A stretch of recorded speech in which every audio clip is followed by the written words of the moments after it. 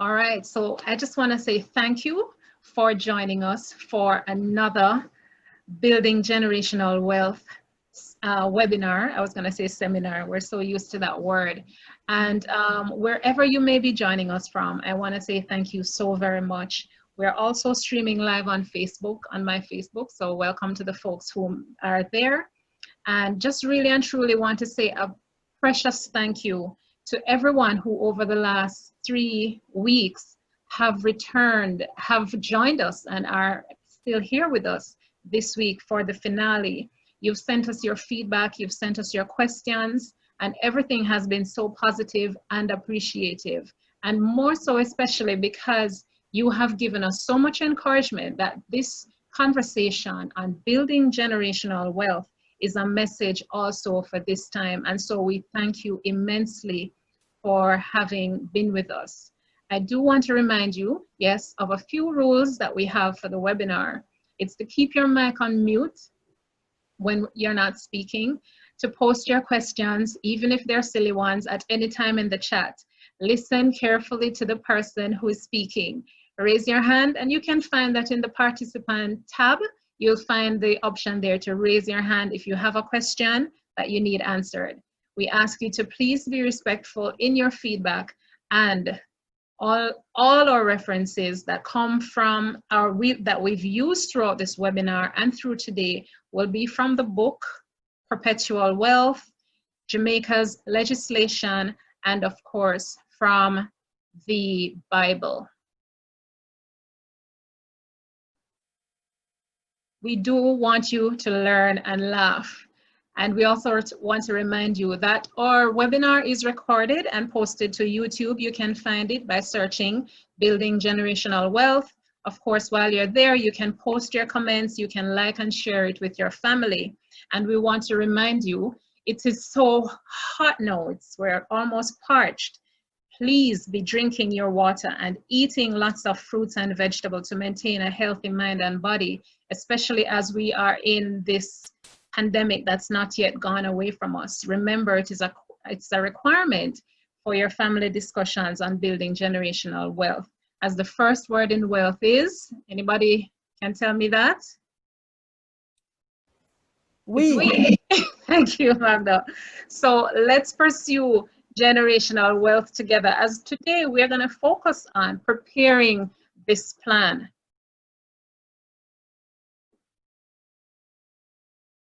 And also communicating that to your family.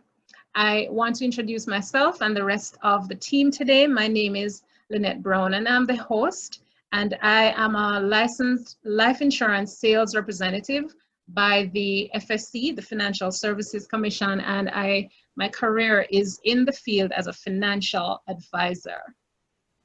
Hi everyone, I'm Sandra Pasmaro. I'm the partner and administrator for Milestones and Lifestyle Planning Services. I'm also the co-author for Oops, I Forgot to Save for Retirement, which is our ebook, which we currently have on Amazon for purchase. Over to you, Mark. And pleasant good afternoon to each and every one of you on the call. My name, of course, is Mark with a C, Blake. It's such a pleasure to be, honored with the opportunity to really speak with you all this afternoon on this webinar. I am also a licensed financial advisor with the FSC, and we're just here to really laugh, have fun, and become more knowledgeable and financially literate. And I really hope that you take away a lot from this tonight. Hand it over to you. Okay, my name is Magdalena Cooper Denise, and I am the senior citizen of the group, and I'm honored to be called the senior citizen of the group. I am the person who has been practicing how to pass on generational wealth of my knowledge, and I'm also an FSC licensed life insurance sales representative and a co-author of the book, Oops, I Forgot to Save for Retirement, which is available on Amazon. That book was really done because we have a lot of material on the internet about what happens in the US and other countries but there's very little of what happens in Jamaica. And as a result of that, a lot of poor information has been passed on from one generation to the next. One of the poor information is, oh, can't bother with NIS, no worth nothing, and can't bother with NHD, no worth nothing. That book is to let you know that it's a source of income, not only for yourself at retirement, also for generational wealth. So if you can get a copy, it's on Amazon.com, and it's an ebook on Amazon.com.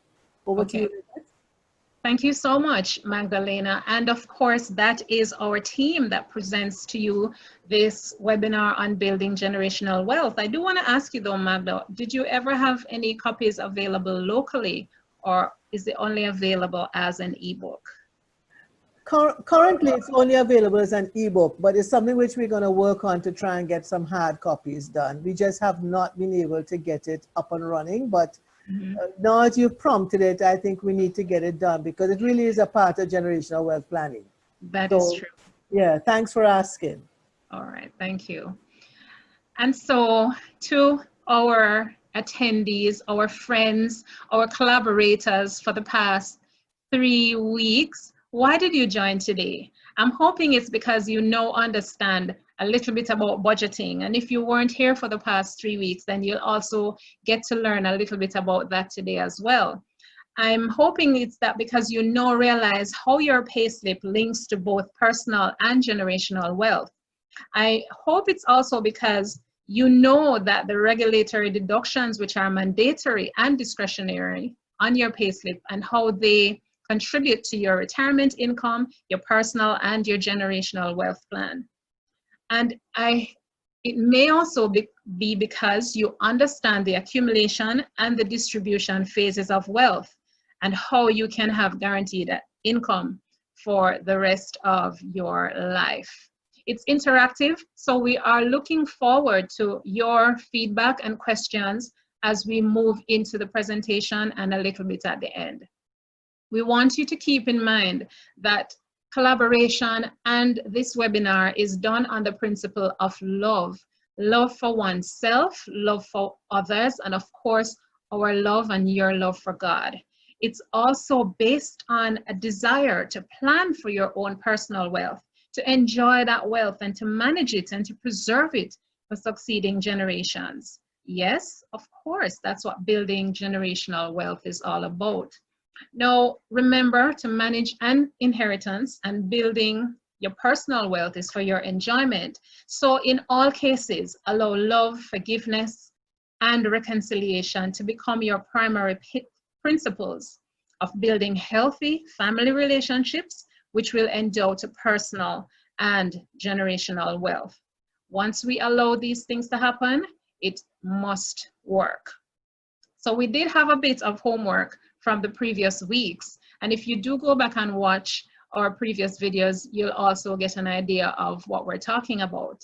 So of course, you were to seek out, I don't know if any of our returning members have done this, seek out a family member or a friend who has an annuity payment benefit, whether it's from the NIS, whether it's from their approved superannuation fund or their approved retirement scheme payments, and just to discuss with them the options that they've selected and how it has been benefiting them since. You are also to collect all of your statements from your superannuation fund and your retirement scheme and to file them along with your payslip, because this will be important in also filing some of your taxes.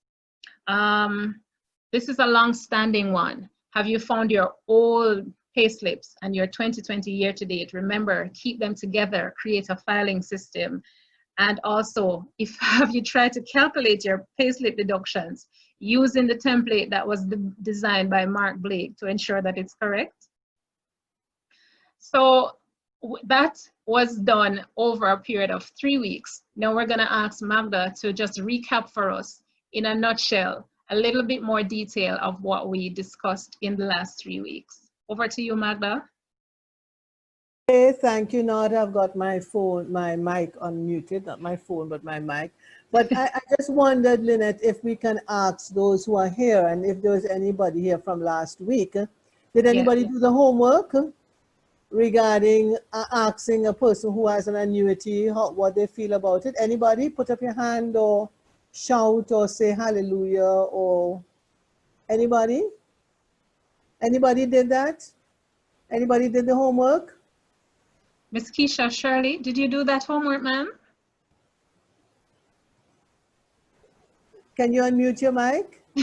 Can we unmute everybody's mic so we can hear them saying something in the background? Lynette? Sandra? Miss Nicole Brown. Yes, ma'am.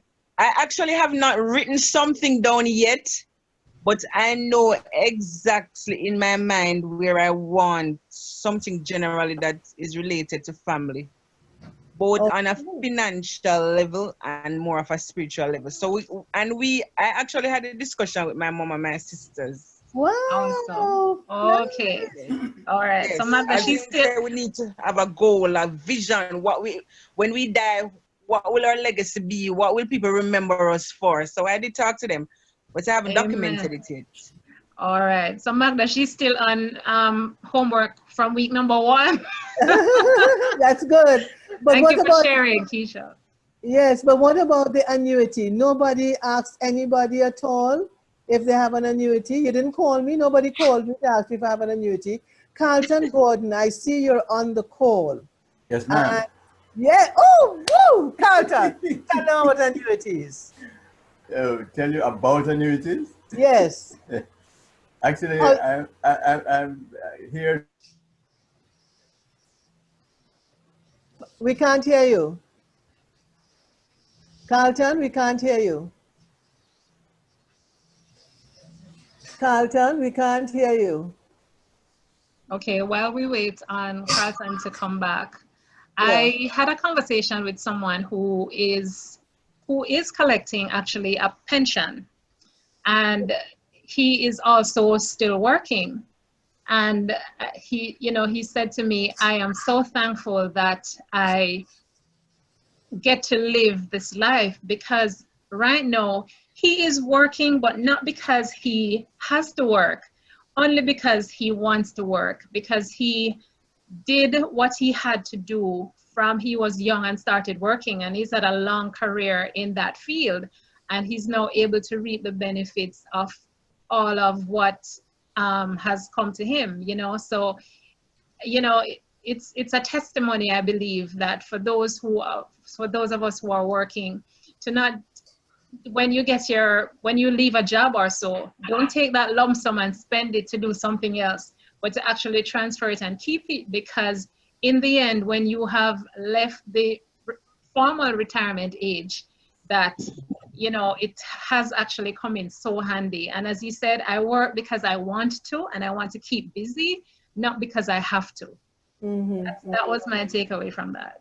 And that's very important. And the nice thing about annuities, and if you're in a superannuation fund, retirement scheme, or NIS and NHT is very fixed in terms of when you can get it at age 65 and so on. But it's nice when you're younger and you can actually go and still get the benefit from it. Like I started to get my annuity payments from age 55.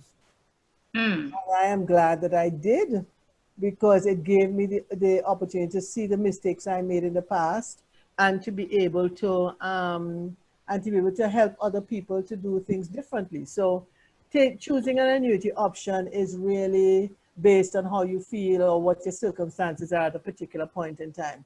Can you go back to that previous slide for me, please, Lynette? This one? Yes. Okay. And the family vision and mission. The family vision and mission is very important. And the lady spoke earlier on about, I don't remember your name, but you mentioned about collaborating with your family on doing a family vision and mission. And last week, we spoke about it, the importance of having a vision and mission statement. And I'm just going to repeat it here. It provides the focus for successful daily activities towards the goal of achieving personal wealth for building generational wealth. Your vision and mission should be developed with your family. And if you can do it with your family, it has a lot more momentum, as Maxwell said in the opening tape that we did about, collaboration. You can collaborate. You don't have to talk about dead left. You can talk about dead right. I want to change that word dead left to dead right. And a written family vision statement is a one sentence which encapsulates all that a family wants to be. So some examples are, you want to be inspirational, you want to be clear, you want to be memorable, and so on. Right. So that's okay. It's and concise. It's very important that you have those one sentence statements in terms of a written vision statement. Next. Family mission statement. What's the purpose of your family? You can ask that question. What kind of family do we want to be? What kind of home would you like to invite your friends to? I thought it's a very important point because I don't think a lot of couples discuss this. And it's a very important point to discuss along the way. What do you want to be remembered by? Which is what somebody else spoke about earlier on. And the next point there in terms of 7 questions, what kind of relationships? A lot of the dead left fight is not because the money wasn't there, it's because the relationships before death was not there. You have to be very careful when you're in a family and you say to somebody, boy, me not like so-and-so, you know. Me don't like how so-and-so. When you do that, you build relationships that are not. Can you turn off your mic, please? Whoever is that person speaking in the background, thank you. When you make those comments, Lynette, can you mute all the mics, please? Thank you. When you do that, you're not building the relationships that will carry on with the generational wealth. Can you imagine God had said to us, you know, Him don't like us after He created us? He was vexed that we sinned, but He still provided for us. So let us be more positive about our family members. What are our responsibilities as family members? What families inspire us and why do we admire them? So you can admire, but you don't have to be jealous. You can, oh, you know, I like how Mr. So-and-so and Mrs. So-and-so deal with each other. But you don't have to say, boy, so why couldn't I be where Mrs. So-and-so is? And why couldn't I be where Mr. So-and-so is? No. You can admire and ask questions. You know, what do you all do? It's like, for instance, love is a very important aspect of building relationships, and we've got to know how that works. Next. And last week we spoke about a sample family mission statement, and it says our family mission is to value honesty with ourselves and others, create an environment where each of us can find support and encouragement in achieving our life's goals, respect and accept each other's unique personality and talents, promote a loving, again, you notice how I stress that? A loving, kind, and happy atmosphere in the home. Very important. And it's very important you discuss it. Also support family endeavors that better society. Maintain patience through understanding. That's powerful. Always resolve conflicts with each other rather than harboring anger. Promote the realization of life's treasures. And all of these you can get from the book Perpetual Wealth, which if you all ask us for a copy, we can send it to you because we got it free, so we can give it away free. Especially for anybody who lives in the US or Canada, a lot of the terms in there are related to that. Mark, over to you. All right, thank you so much. Lynette, you can actually just continue with the slides, all right? So, you know, first and foremost, I want to say thank you to the presenter and to Magdalena Cooper, the news. A lot of you may not know Magdalena. She has been my mentor for such a long time when it comes on to speaking about generational wealth and just recreating, and I like the word recreating, you know, the conversation for financial literacy amongst Jamaicans. And I take that very seriously. And you know, they always say when the student is ready, the teacher will appear. Well, I think Magdalena Cooper showed up at the right time in my life because it is time for us to help to educate people. So Magda, I really want to thank you for taking me under your wing and inviting me on this conversation to speak about these very, very impactful things that can transform lives. So budgeting with a purpose. You're most welcome, Mark. Thank you, thank you. Thank you, Max. All right, so budgeting with a purpose, all right? A budget helps you to allocate your focused time to prepare, plan, and monitor a particular area of need for your growth and development. And I just want to stop right here really quickly to just talk about budgeting. It's such a very, very powerful skill that we must learn. The financial revolution is here, ladies and gentlemen, and it's all about you being in control of your own journey. It's time that you have a system in place that allows you to create a sustainable income, not just for yourself, but for your family and for your generations to come. Let it be a skill that you can actually pass on that nobody will ever take from you. And if you're taking notes, take some copious notes on this webinar tonight, because we're going to be sharing some things you want to make note of. You want to revisit. You want to share it with your family, right? I always say the faintest ink is better than the sharpest mind. So the word budget, break this down. Budget, the B stands for become. The U, become uncomfortable, right?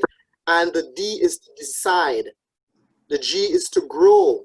The E is every day, and the T is together. Let me go over that again. Budget for me stands for become uncomfortable and decide to grow every day together.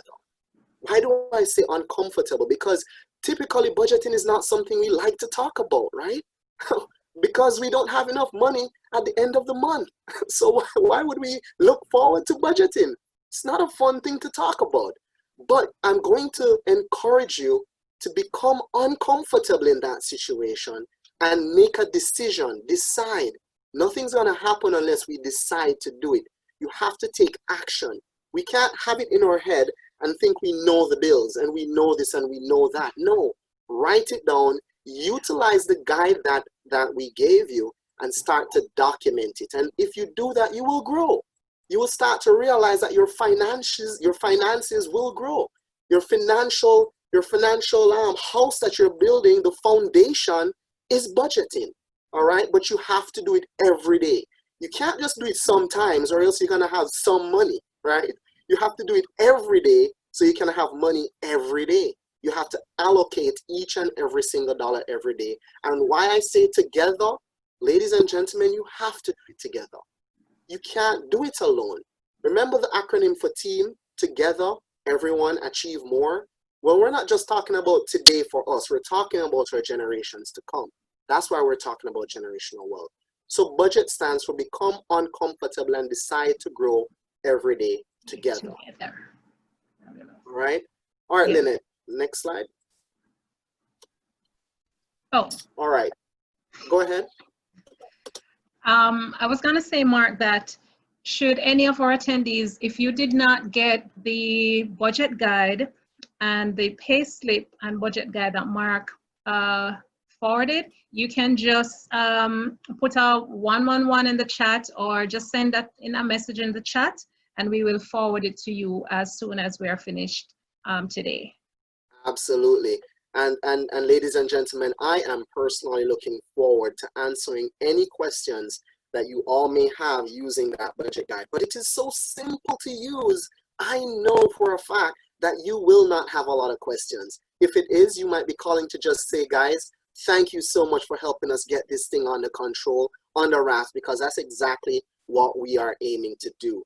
See, we're going to be providing guidance with these principles, these rules, a set of activities that you can use to pursue your vision and your mission for yourself and your succeeding generations. And with that being said, I want to turn it right back over to Lynette to speak next on the annuities. Thank you so much, Mark. Now, last week we did annuities, so it should be fresh in our minds. An annuity, as we remember, is a contract between you and the insurance company in which you make a lump sum payment or a series of payments, and in return, you receive regular disbursements, either immediately or at some point in the future. We know that it's available in both Jamaican and US dollar currency. One of the things we encourage you to know or to really dig deep about is to find out and to document who is financially dependent on you for a guaranteed lifetime income following your death, which will determine also the type of annuity option that you select. And that brings us to what are the annuity options. There are 4 that you have at your disposal when you purchase an annuity from a Jamaican insurance company only. You cannot get an annuity from the bank. You cannot get an annuity from an investment company. You can only buy an annuity from a life insurance company. So of course, there are 4 options. The straight life, which gives you the higher payout option. And we recommend that for someone who does not have any beneficiaries at all, right? Then of course, there's the guaranteed period of 5, 10, or 15-year annuity option, which is where you would get a payout for that set number of years. Now, should you pass off at any point during that time, your beneficiaries would also receive the same income that you were receiving also for the rest of that period. The installment refund and the joint life and survivor annuity options are also available to you. Joint and survivor, of course, especially for a husband and wife, in case anything happens to the main annuitant, then the surviving spouse becomes the main annuitant, and so the company continues to honor their commitment. Now, an annuity, you can never outlive this income. So even if you had bought a 20-year life period annuity and you live for beyond 20 years, the company will still afford and pay out the same amount that you were getting from what you had in your guaranteed period. Now, it's very important to know when to claim your annuity payment benefits, particularly with NIS, which has a 3-year timeline. And Magdalena had gone through this already last week, very detailed. So it's something that you can go back and look through at our previous webinar to get that information. I want to thank you so much. You can find all of this information at moj.gov.jm, and you can find it all in the Income Tax Act of 1955. I'm now going to ask Magda to give us her thoughts and summary of your payslip and building wealth. Okay, thank you again, Lynette. Remember that building generational wealth starts at age 18. Why? It's because of the fact that at age 18, you are actually responsible as an adult. You can sue and sue other people, and you can get all the adult rights. Can we turn off the mics, please? All the mics. Thank you. And remember, it takes 40 years of continuous contribution, really, even maximum personal wealth and maximum transfer for generational wealth. I have some background noise. Can we turn off the mics, please? Sorry. What happens in 40 years? Usually by the time you get to age 58, going on to 60, 70, it's retirement. And so you need to know that between 80 and say 70, retirement occurs upon the happening of 3 life events: disability, old age, and death. What I found in my career is that a lot of people didn't know that. They just saw retirement only as old age, and they didn't see death and disability. Those are the 2 other times as well when you retire, when you go to claim your benefits. And it's your payslip that provides valuable information about your retirement savings and benefits. So don't throw away your payslips. Keep them, store them, because they have invaluable information on it for you and your succeeding generation. Next. So in both the slides, you'll see love is on the side. So what you'd want for yourself, you do for those who are going to be left behind. So remember to create a filing system, review your payslip periodically to ensure deductions are correct. Remember that when we get a payslip, they are human beings like ourselves who do those calculations, and they can also make mistakes. And therefore, if you don't know how to correct your payslip, then, or know when it's gone wrong, then you can't go up and say, excuse me, I think there's an error here. Can I show you what I mean? So if you don't know how the payslip is calculated, then you say, oh, I know it's payslip. No. Don't forget, we're doing everything that we're doing from today is in a loving spirit. So you got to know what it is. And then if you don't know, then you say, can you tell me why this is here and not this? Because my understanding is, and you can correct me, that this should be calculated in this way versus that way. And that's why we took so much time with the pay slip. It didn't make any sense talking about generational wealth and not talking about these foundation issues. Know that the deductions are subject to tax and they are not taxable. There's another term that's used a lot. You got to remember that all income received in Jamaica is subject to tax. And therefore, if it is subject to tax, you have to know that you must complete an annual income tax returns. You also should be aware that the threshold for different ages have a different threshold. So from 18 to 54, if you're, unless you are disabled, it's a particular threshold of 1.5. When you get to 55 to 64, you get, it's now 22,000. It used to be 80,000, but I see where there's an amendment to the Income Tax Act, and it's now saying 22,000. I haven't checked it out, but if anybody's working in tax or know anybody who can find out, please do. And then at 65 until you die, then there's an additional sum based on what the law is, the amendment now is another 22,000 plus. So no, between 55 and 64, let me just go back to that. You only get that additional 22,000 or 80,000 as was before, if it is that you are receiving a pension. So if you're receiving a pension from an NIS or a superannuation fund, then you can ask for it. But if you're not receiving a pension, you can't, you don't qualify for it. But you can go and read the legislation. Again, I keep stressing what we share is what we know at a particular point in time. We're also trying to give you road maps to say, go look here, go look there, because all these things are subject to change in the future. Next.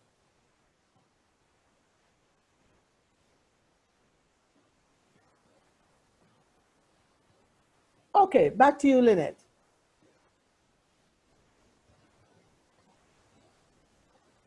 Back to you, Lynette. Yes, thank you so much. Now, to today's main event. This is preparing your plan. And we'll be talking a little bit about what preparing this plan means, the law that surrounds this plan, and of course, the big thing, how to communicate this plan to your family. All of us on the team are gonna have some input into this, so we look forward to taking you wholeheartedly through this next part of our conversation. First, I want to remind us that the common guiding principle of building wealth, there are two phases. One, the accumulation phase, and two, the distribution phase. And we feel that each financial plan, which is in your name or that of a spouse or family member, must be done with the knowledge that it will be distributed upon the happening of 3 life events, as Magda just reminded us: disability, old age, and upon death. Now, a lot of us may also want to stay a lot of the times in our accumulation phase, and that's where we feel most comfortable, and we don't think too much about the distribution phase. Today, we will see how very comprehensive and opening up the conversation can help us to actually do this, and do it in a collaborative way, all right, with also the rest of our family. Now, what does preparing a generational plan involve?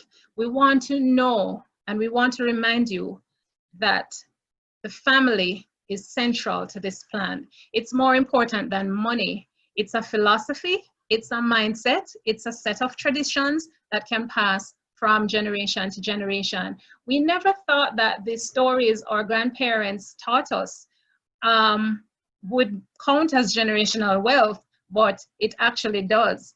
If we look at the story of like the Rockefellers and so on, a lot of them, when they come together, they not only talk about what is happening now, but they remember what happened with their forefather and the values and so on that he created and passed on to them. So remember, the family is central to creating this wealth plan.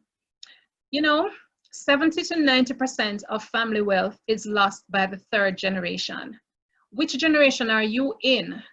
Where do you fall in this generational plan? Are you the one that's creating the wealth? Are you the one that's benefiting from the wealth?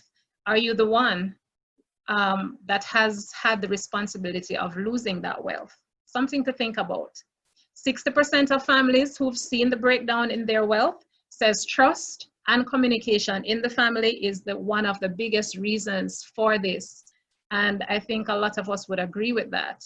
Now, 20% of our family's wealth was lost because the beneficiaries were unprepared for the inheritances that came their way. Maybe that's why some of that family wealth was lost by the third generation.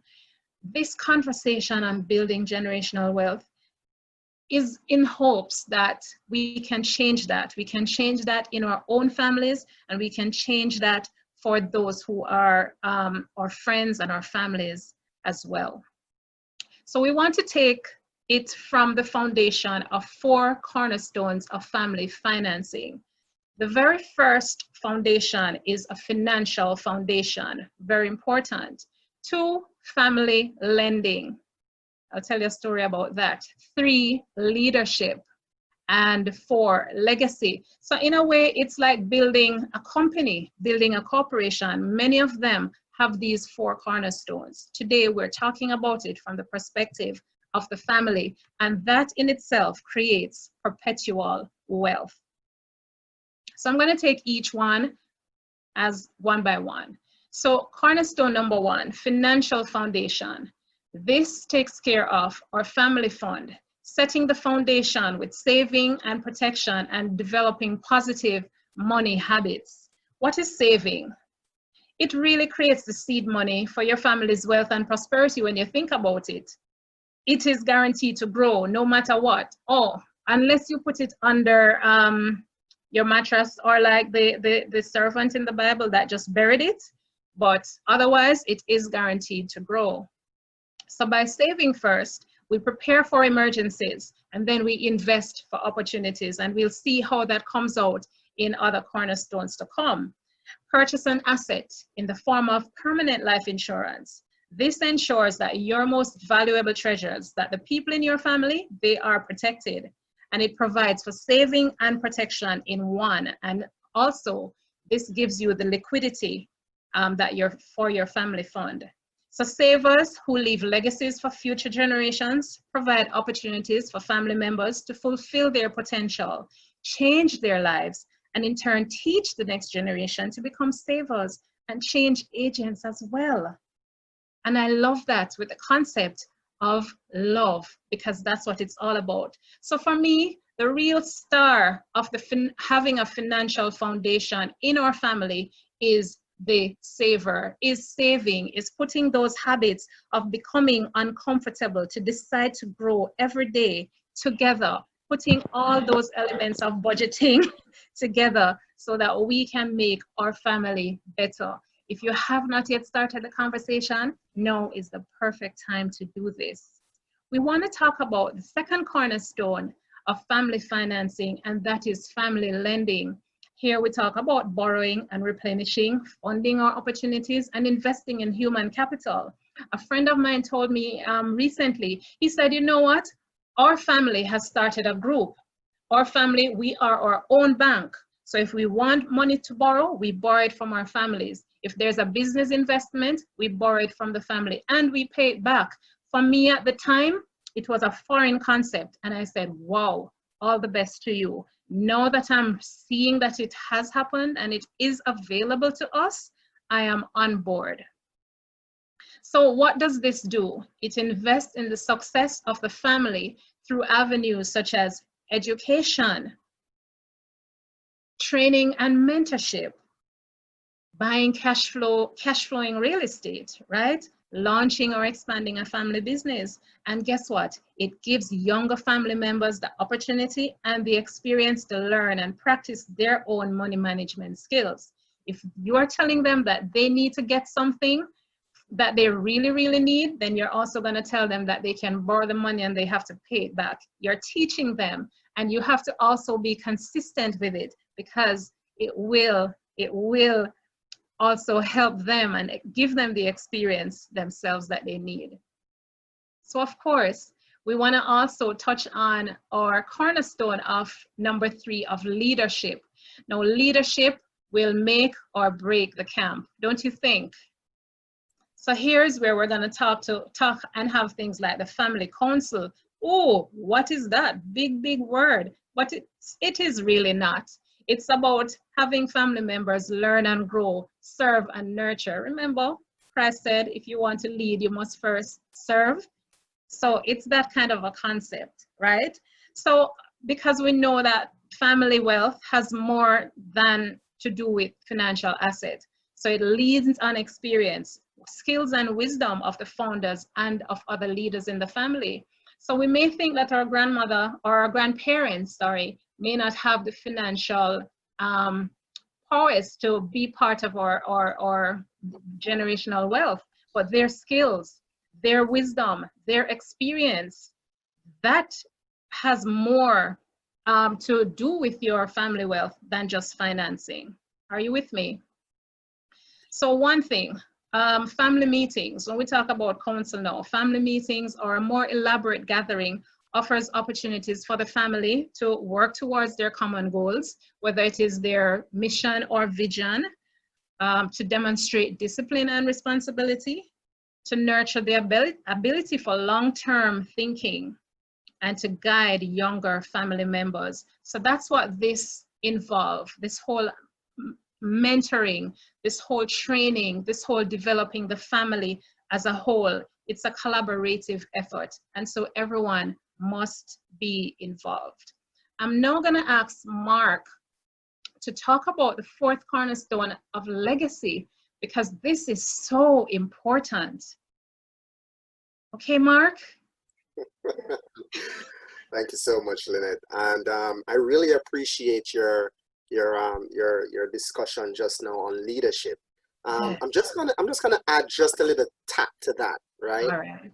When it comes on to leadership, for me, and again, you know, I'm a lover of words, so every time I hear a word, I look it up, and I try to find the best meaning to the word for it to really imprint something on me. And here's what I found when I came up looking at the word leadership. All right, the L in leadership is love. We must have love. And remember, I've always said love is understanding. You must be able, as a leader, to be empathetic to others.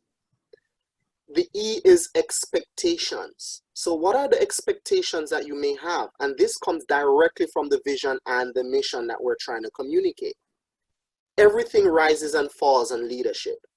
And whosoever the leader is in the family, whether it is, you know, whosoever it is, the leader in the family, you know what's true too? The leader must know how to follow. You must be a servant. You must be a servant, right? Yeah. So with that, you must have an expectation, and the A stands for action.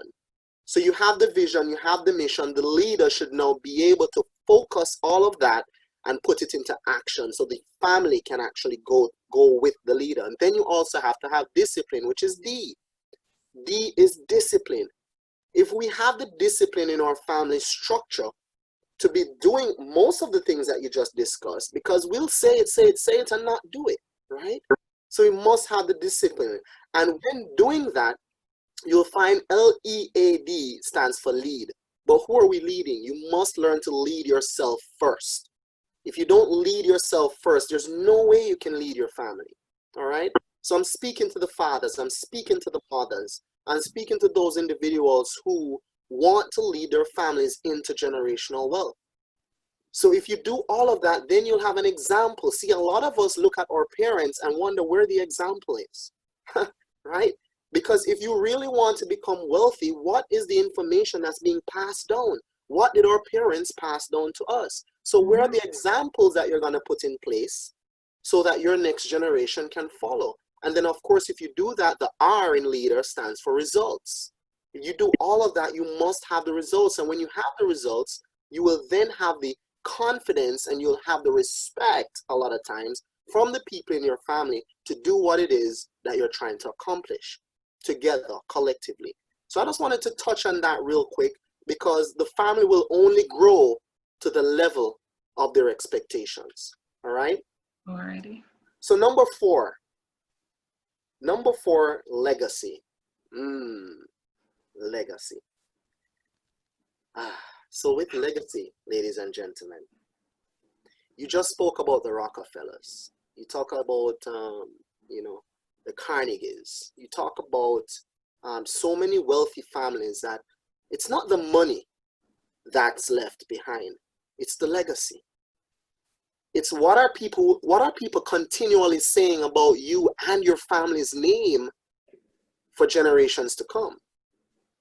See, you won't be able to create a legacy if it is you don't have the money to pass on, if you don't have the knowledge to pass on. Now, what can eat up that money that you're passing on? Can I suggest to you that it might be debt? Just think about this for a second. If we are loaded with debt, how are we going to pass on to the next generation wealth? We're passing that on to them a wealth of debt, right? We're passing them on, we're passing to them a wealth of debt. So I'm just going to really touch on debt real quickly. How do we get rid of debt? Well, one thing is for certain, we can't continue to perpetuate debt. So we have to identify that we are in a current position where we need to stop the leaking. How do you stop the leaking? Just decide not to borrow. Decide not to borrow, for now at least, while you're getting out of debt. See, I have a good mentor that I used to follow. His name is Dave Ramsey. Not sure how many of you know him, but go ahead and write that name down and look him up, because he believes in a debt-free living. When I used to hear that, I used to wonder, I used to laugh. Debt-free living? Are you going to buy a house without taking out a mortgage? Absolutely. It can be done, especially if you have generational wealth. Can you buy a car without going into debt? Or are you going to pass that debt on? Right? So you start to think about these things. When you have debt, the Bible tells you the borrower is slave to the lender. You don't want to continue passing on that situation down the line. So definitely, we want to understand how to pass on money and how to pass on that knowledge, right? The family mission and values that you're going to pass down is of extreme importance. See, what you have in life is only one thing, your good name. Because if they tarnish your name, ladies and gentlemen, you can forget about that legacy unless your generation can come and do exceedingly better than you did. But you have to make sure that in order for that to happen, you must pass down certain traditions and memories. And you know, Lynette, you just said it. Are we talking about our ancestors? Are we talking about what our elders did? I mean, do we have those conversations anymore? What are the conversations we're having around the dinner table as it relates to planning our family mission and values? How many of us actually speak to our children about our will and what it is that we want for the generations to come? So legacy is so much more than just money. It is really you passing on your good name. It's you passing on information. It's you passing on that knowledge as to how we can continue that cycle of generating wealth for our generations to come. And so with that being said, Lynette, I'm going to turn it right back over to you. Lynette, take off. Sorry, Yeah. I was muted. Sorry about that.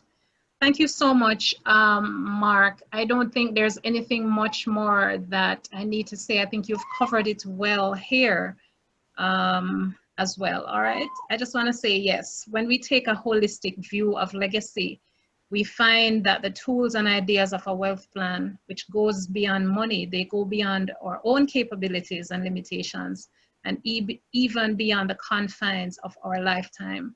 That is the conversation that we've started, and we would appreciate taking our own families there.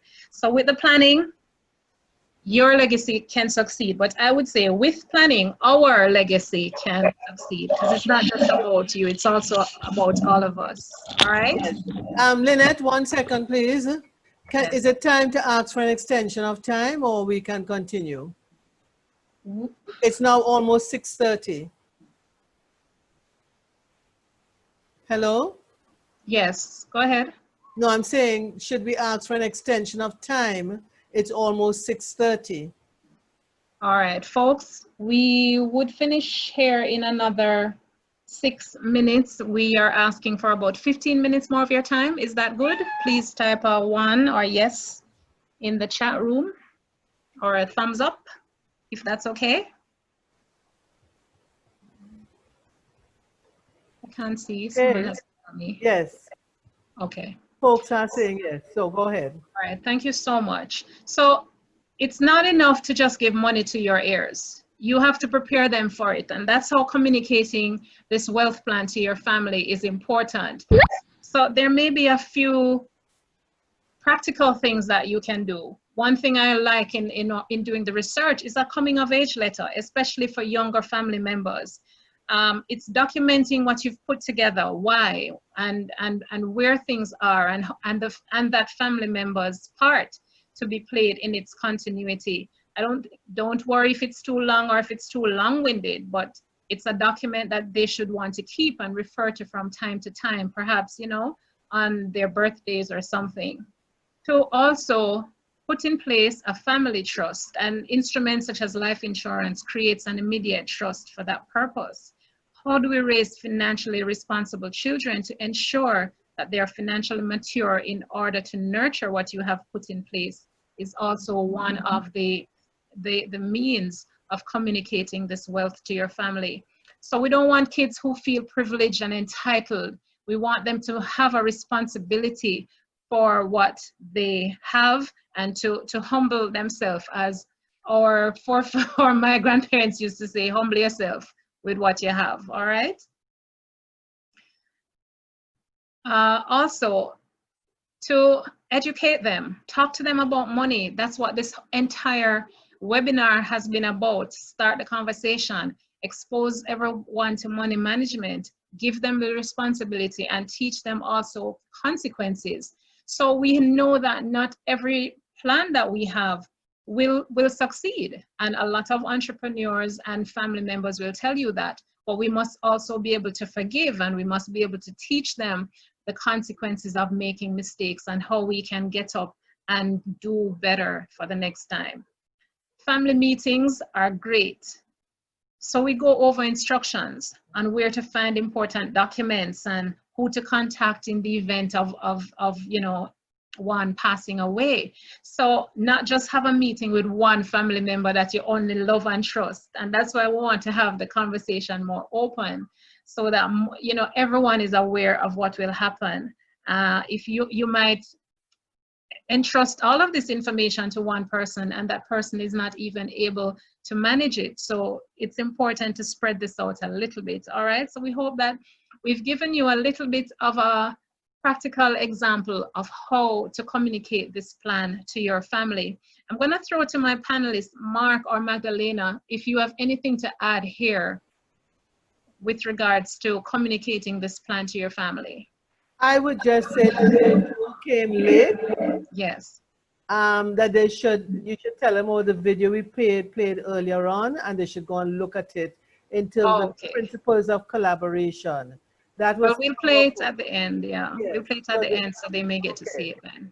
Thank you so much. All right, one thing about communicating this plan to your family is naming a beneficiary. This is a big thing, and so I'm going to ask my co-host, Sandra Pasmore, to just guide us through this part of it. Thank you, Lynette. I appreciate that. Hi, everybody. So in creating your generational wealth plan, one of the things you will have to do, which most of us don't like to talk about, but it's necessary, is a valid will or testamentary trust. And these documents are going to form part of your generational wealth plan going forward. Remember, we're focusing on dead right, not dead left. Yeah? So when naming a beneficiary in a valid will or testamentary trust, there are some considerations you have to keep in mind.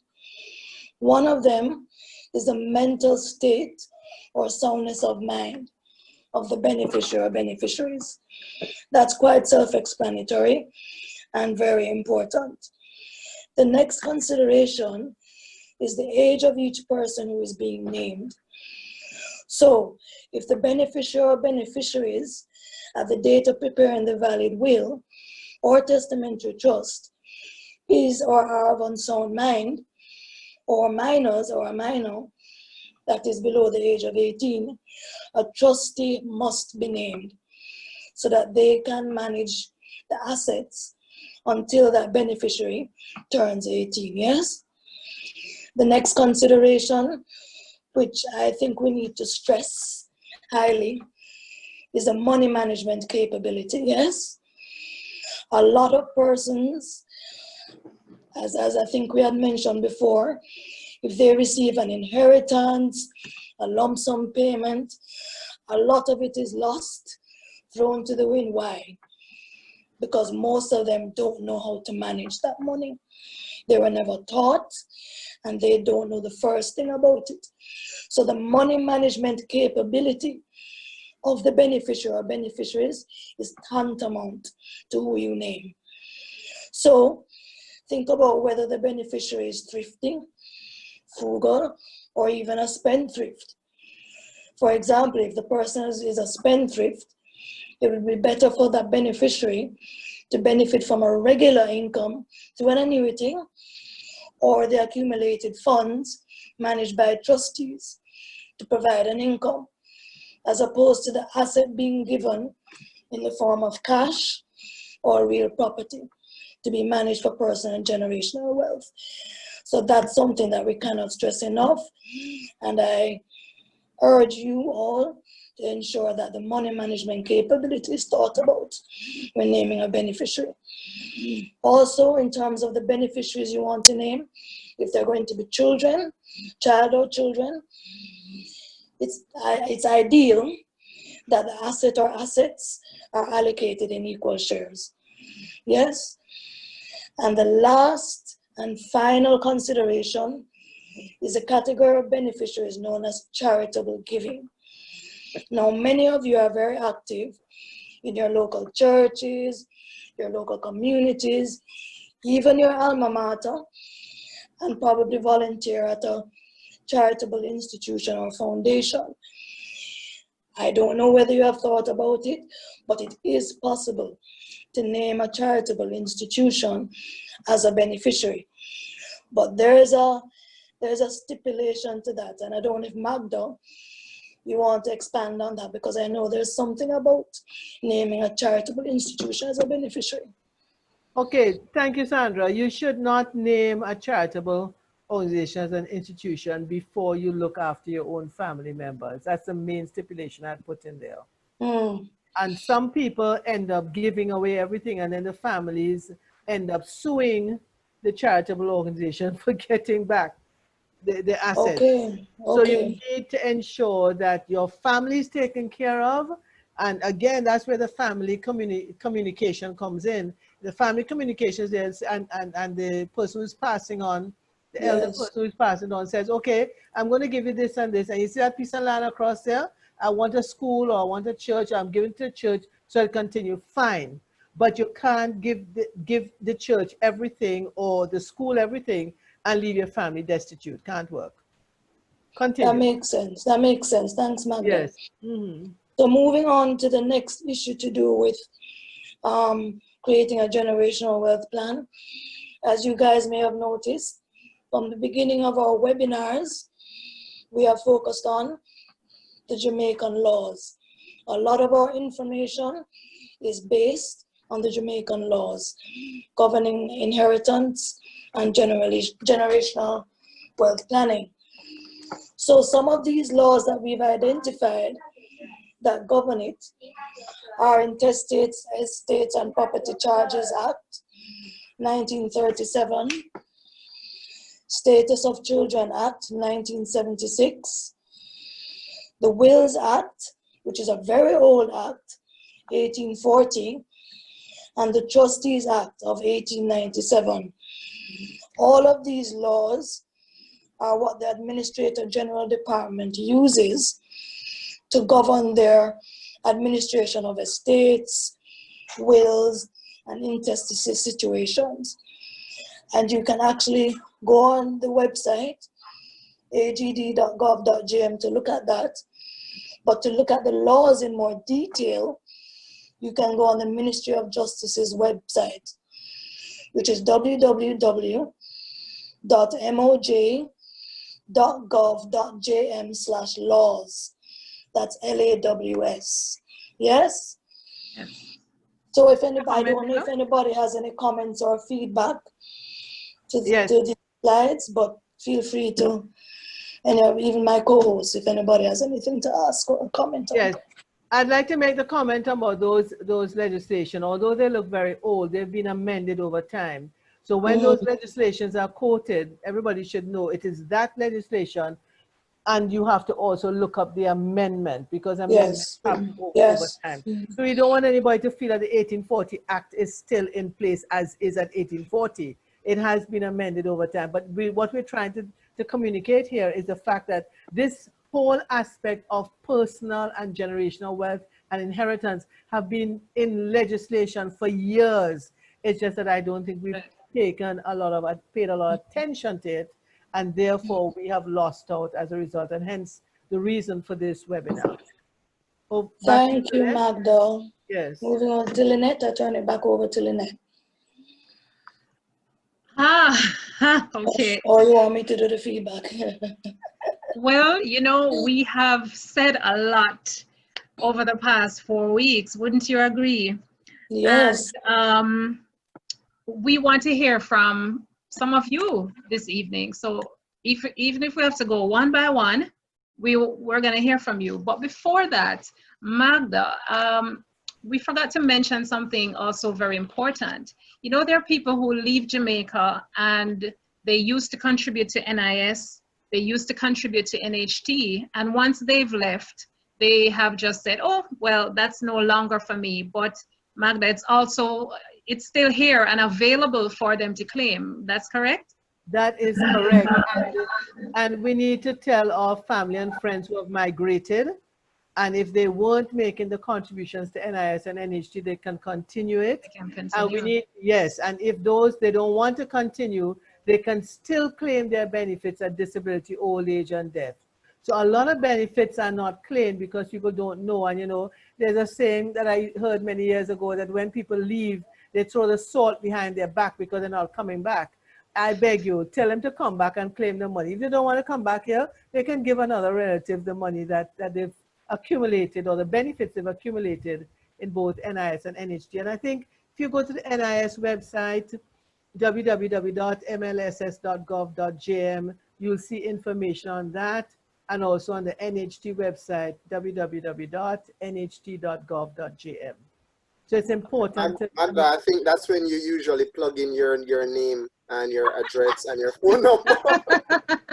That's correct. For those who have nobody, you know, you can call me. I don't have a problem. But I say that to say this, that usually whenever I tell people that, they said, oh, okay, all right, I'll find a family member. I say, good. All right. So Magda, we've done a bit of homework ourselves. Do you want to also? Yes, let me bring up the homework. I don't know if you all can see me on the screen, but what we did was we actually bought some books. Everybody should have their books up. Yeah? Is everybody seeing us? We've got our books up, for which we've actually named Generational Wealth. And in that way, you can do the same thing. So you can have your folder with Generational Wealth, and you can write it. I haven't written anything in mine, just like Lynette's. But we thought we'd at least demonstrate. Oh, Lynette, you did better than me. I took notes from Mark today. Yes, those notes were good. Yeah. And at least people can see what to do, because sometimes you get all this information on a webinar and you say, okay, where do I start? Just go to the bookstore, buy one of these folders, and they have dividers in them. You can divide it up like the one I have. Also has a page that you could stick files in it. Just go and, you know, get it, start a Generational Wealth folder, share it with the family so that we can all be better off in the long run. Anybody else want? Yes, go ahead. Remember, in Habakkuk 2:2, it says, yes, write the vision down, make it plain, that those who see it may run with it. You know, I'm paraphrasing, guys, Yes. but Yes. that's the general idea there, to write it down. You have not because you ask not. And so when Yes. we write it down, we can also ask the Lord to bless it. Amen. Amen. Anybody else wants to make a comment? You know, one of the things that I think about when I saw those books, I don't have one. I don't know what. I need to go get me one. But hey, you know what? You know what? I'm gonna do something even better. I'm gonna turn to my my bookshelf here, and I'm gonna show you guys something. Let me show you something. All right, so we're talking about writing things, right? Now this is one. See how thick that is? Yes. From cover to cover. Yes. Right? Yes. That's one. This is two. Right? This one has a picture of my wife in it. All right. Children. Right? Now, see that? Cover to cover. All right? This is three.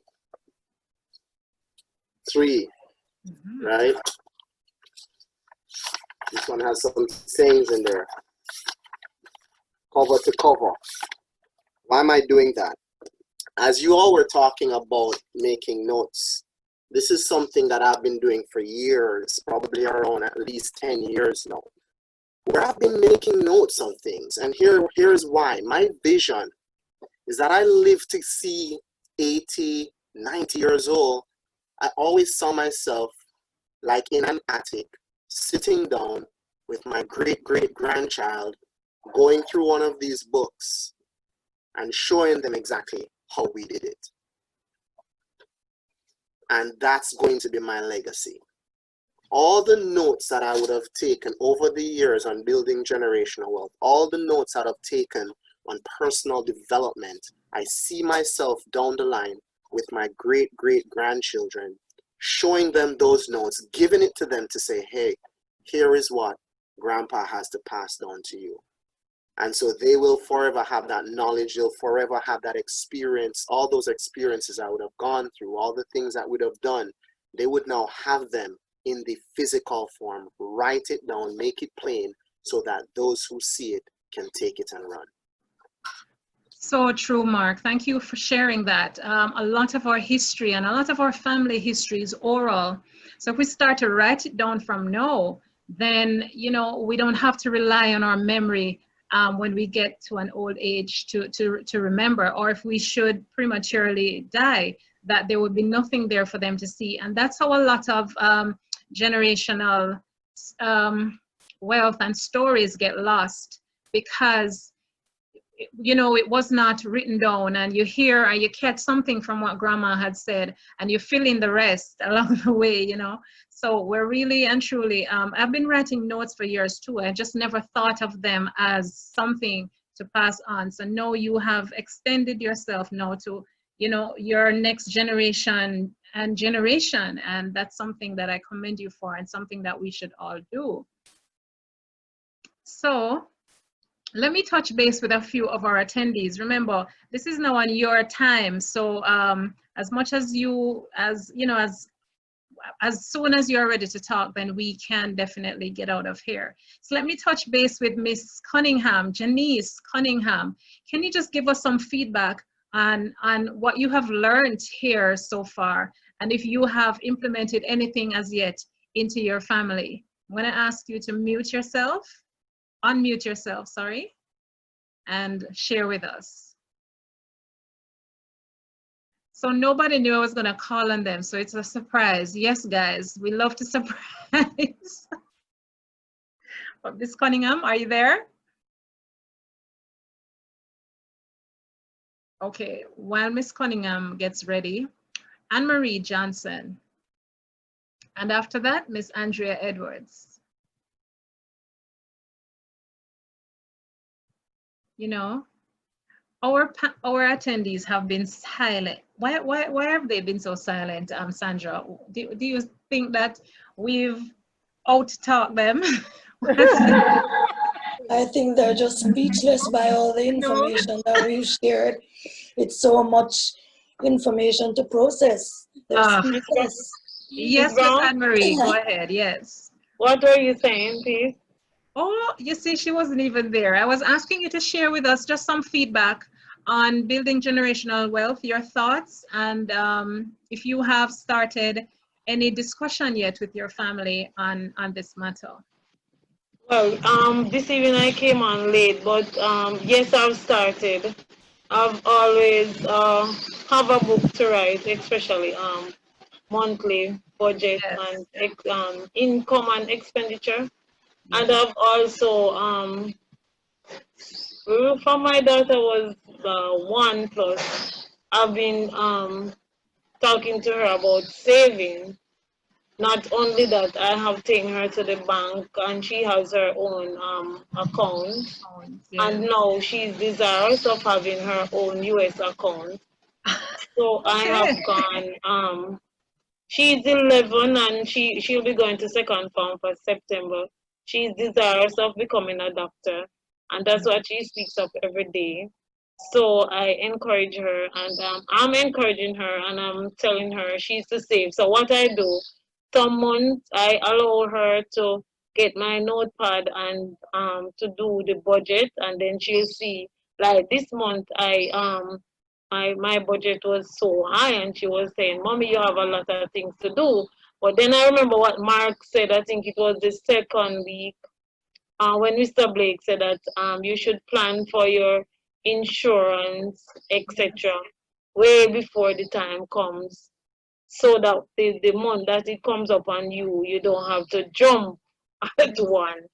Yes. So I was discussing that with her also. And what I do, I give her a stipend every month, and so I'll give her a pocket money. What I do also, when school was in, I'll give her her lunch money at the beginning of the month. So she manages her lunch money. So she wants to finish it before the month end, then she'll be on her own. So I'm teaching her. And I'm grateful that I've been listening, even though sometimes I get on late due to other meeting, but I find this so informative, and I am thinking many more persons should have jumped on and listened. The information is quite sound and valuable. Okay, thank you. Thank you so much. And okay, Josephine, hello, this is Josephine. yes, Miss Josephine, go ahead. Yes, I wish to say something. I'm sorry, this is my first, this is the first time I'm coming in on this meeting. And I'm sorry I wasn't logged in from the very first meeting, because I find everything that has been said very informative.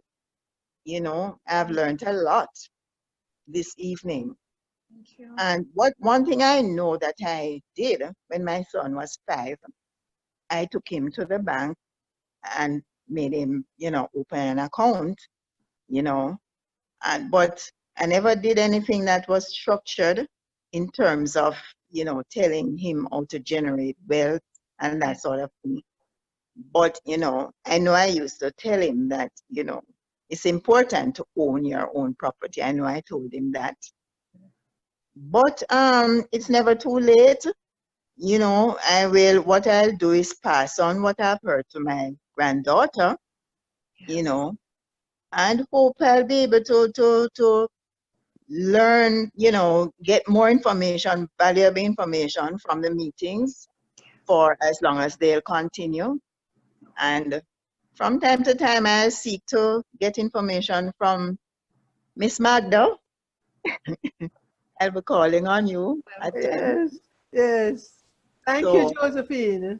Yes, and I'm so sorry I wasn't a part of it from the very beginning, but it's never too late. Right. Well, they're posted. You can tell her where it's posted, and I'll also tell her. Lynette, it's posted on YouTube. Okay, so you mean all the meetings? Yes, from the all beginning? of them. Yes. They're on YouTube, and you can find them if you search Building Generational Wealth. Or, I'll do a recap and I'll send you an email with all of them. So I do make it very easy for you to find the information. Yes. Okay, thank you so much. You're welcome.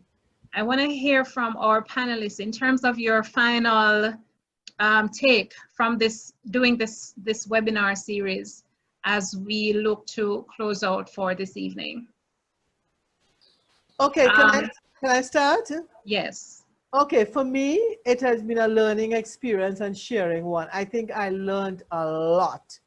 What I like about it was the collaboration. I never knew I would stick on to the word collaboration now with such meaning. And I think working with you all and working with the attendees has been a great experience. And I'd really like to thank you all very much for making this possible. And if the others don't mind, to you, Lynette. Lynette said one day, Magda, we're going to have a webinar. Next thing I know, I'm planning a webinar. So thank you again. Thank you. Thank you. Mark? Hello, guys. Are you hearing me? Yes, Mr. Gordon.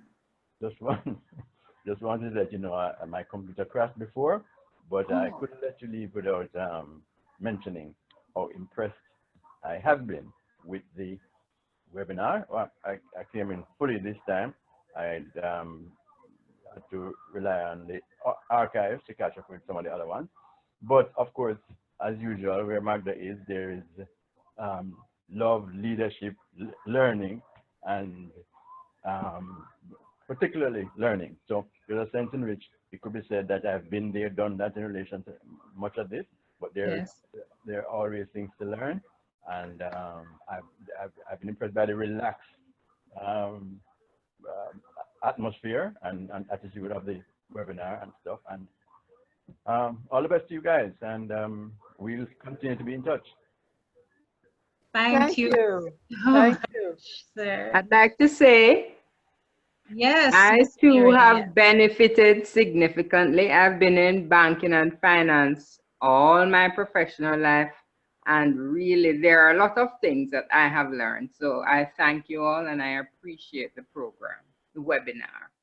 All right, thank you so much. Mary. Thank you, Mary. Anyone else would like to share? Ms. Wellington, you've joined us for the second week in a row, and we look forward to hearing from you. Yes, Ms. Keisha. Hello, everybody. Hello, ma'am. When I was in high school, I liked accounts. I was into this, you know, kind of budgeting and things like that. So when I joined, I was like, what will they come with new and so on.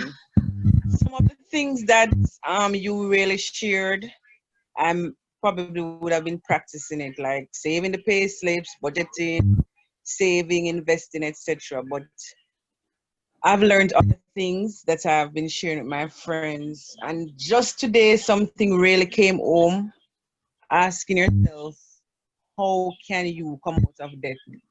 And is to just decide not to borrow. That was really solidified this evening. And it has been, what, 5 good weeks? Yes. And I'm wondering if I can join you people's team. I might need to come out of education, so we can talk about that, Nicole, okay? All right. Yes, ma'am. Excellent job. And I don't know why we only had 18 or 20 participants today. You did an exceptional job, ladies and gentlemen. And I think all of us are off to a good start. All right. Thank you, Keisha, for your support. Thank you so much. Remember, it's the gift that keeps on giving. So share it with your family and friends and co-workers as you see fit. You know, sometimes it might just come up in a conversation with someone about you're talking to them about, you know, their plans for their own life and plans for their children. And you might remember this experience. You can just share the link with them, okay? All right. So, Sandra, your main takeaway from the webinar. We only have 6 minutes to go, guys. Boy, that's a very hard question. Because my main takeaway is everything.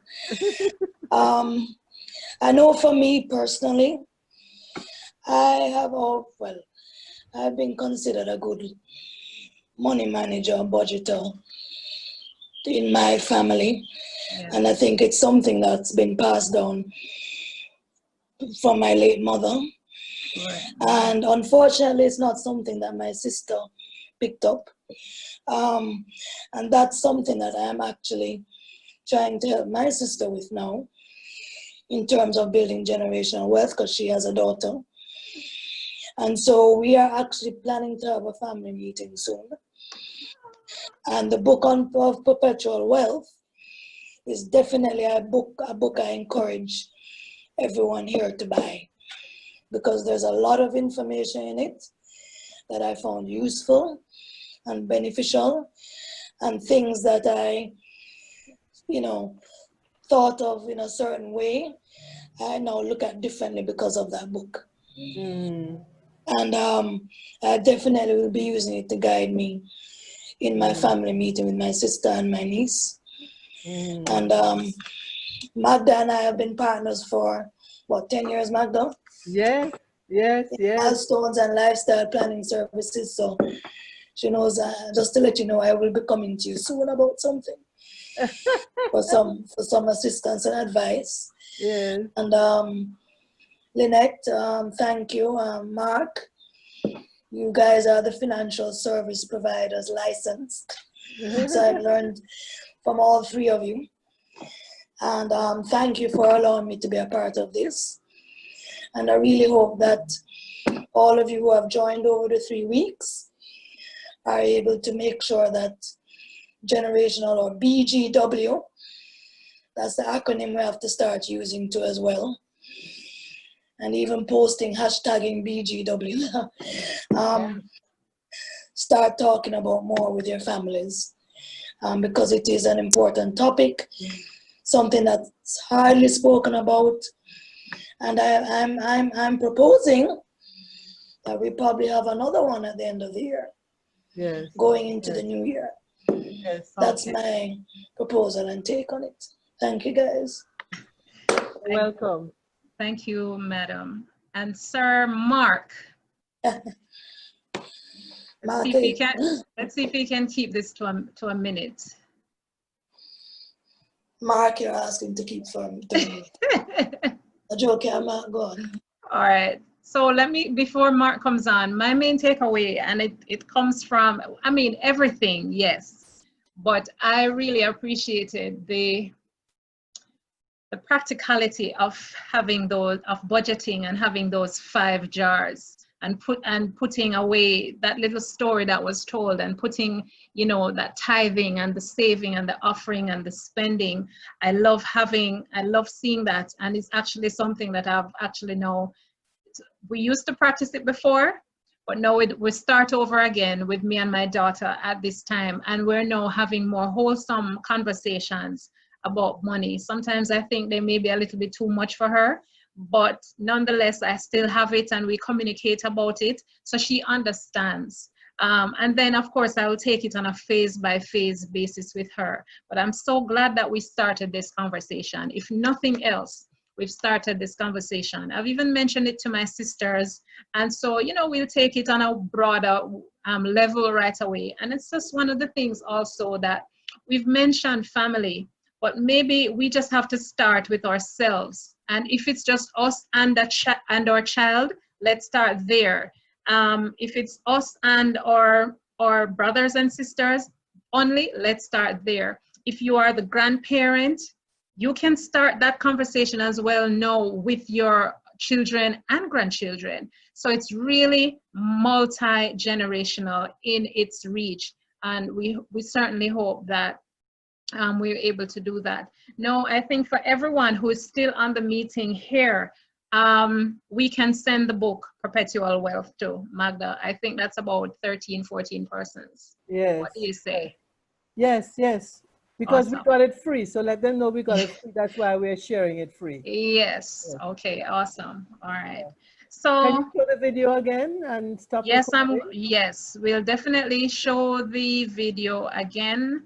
Stop recording. Yes. See if there's anything I have forgotten from our PowerPoint here.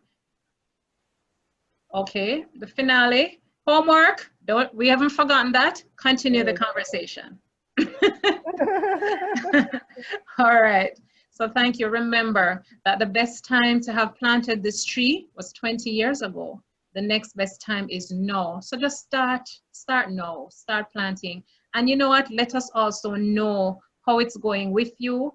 Our contact information is here. You can contact any one of us, or you can email us at info.generationalwealth100@gmail.com, and you can contact any one of us by our numbers there. So we really want to say thank you so much. You have made this a dream come true for us.